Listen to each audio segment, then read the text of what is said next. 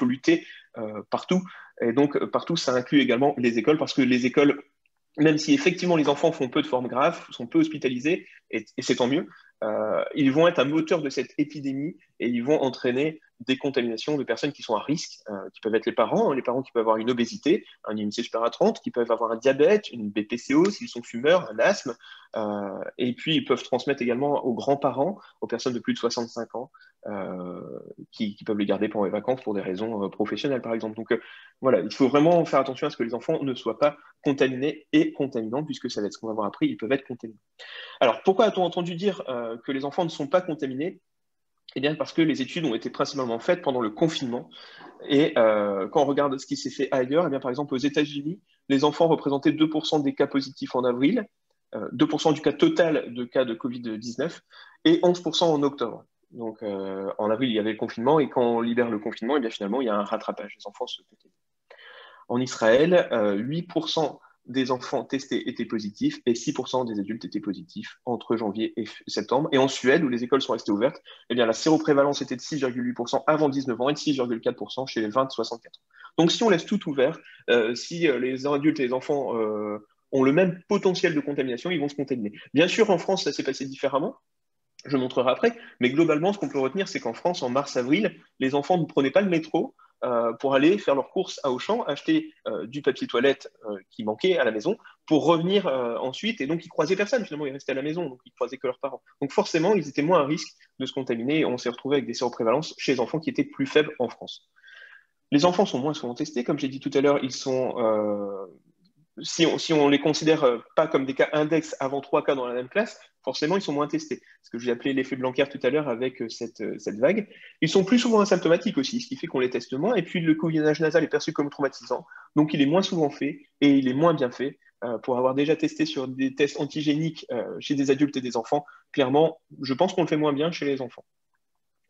Et une étude en Bavière trouvait d'ailleurs qu'il y avait des taux d'anticorps qui étaient 6 fois supérieurs aux taux de déclaration concernant les enfants.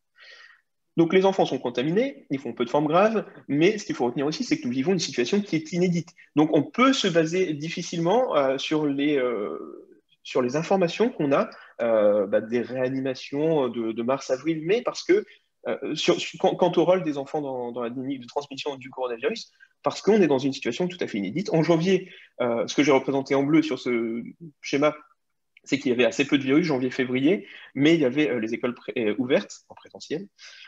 À partir du 17 mars, ça a fermé quand il y avait beaucoup de virus, puis le virus a diminué, la présence du virus a diminué. En 17 mai, ça a ouvert, mai-juin, c'était ouvert, mais il y avait peu de virus. Juillet-août, c'était fermé, le virus revenait. Et là, on est à une situation où en septembre-octobre, eh bien, c'est ouvert et il y a du virus. Et la présence de coronavirus augmente et les écoles restent ouvertes. Donc c'est vraiment une situation qui est complètement inédite en France depuis le début de cette pandémie. On peut se poser la question, est-ce que les enfants sont contaminants? On a entendu dire que les enfants ne pouvaient pas se contaminer. C'était un peu l'idée aussi. Les enfants de moins de 11 ans n'ont pas porté de masque puisque ils ne sont pas contaminants. En France, ce sont les enfants français de moins de 11 ans, des gens qui ne sont pas contaminants. On se basait par exemple sur cet article du 6 août du Centre de prévention et contrôle européen qui dit que quand ils sont symptomatiques, les enfants transmettent du virus dans des quantités similaires aux adultes et peuvent infecter les autres d'une façon similaire aux adultes. Pardon. Mais il n'est pas connu, le pouvoir infectieux des enfants asymptomatiques n'est pas bien connu. Et donc, tout s'est basé sur cette deuxième partie de phrase, puisqu'on savait déjà que les enfants symptomatiques, ce qui représente à peu près au moins 50% des enfants contaminés, peuvent transmettre comme les autres. On s'est dit, comme souvent les enfants sont asymptomatiques, eh bien, ils sont probablement non contaminants. Et le CDC disait aussi que même s'il y a peu de cas qui sont documentés dans les écoles, ça peut arriver. Et ils sont difficiles à mettre en évidence à cause du nombre de cas d'asymptomatiques. Je vais vous montrer quelques études ensuite, après cette publication de l'ECDC. Par exemple, les contaminations entre enfants, oui, ça arrive. Dans ce cas en vacances en Géorgie, en juin 2020, eh bien, un moniteur de plus de 14 ans a transmis le coronavirus à plusieurs enfants. Et donc, ils ont testé tout le monde. Alors, il n'y avait absolument aucun respect des règles. Ils dormaient ensemble, ils vivaient ensemble, ils se lavaient peu les mains, il n'y avait pas de masque, etc. Et donc, quand on regarde le taux d'attaque, eh bien, 51% sur des 100 enfants de 6 à 10 ans étaient positifs. Donc, oui, bien sûr, les enfants se contaminent entre eux.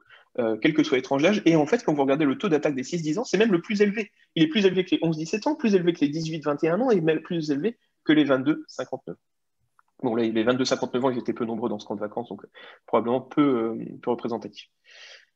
Une autre étude dont vous avez pu entendre parler, notamment voir ce graphique qui a pas mal circulé, c'est une contamination en école primaire dans l'Utah, avec 12 enfants qui ont transmis à 12 adultes, ce qui représentait 26% de leurs contacts.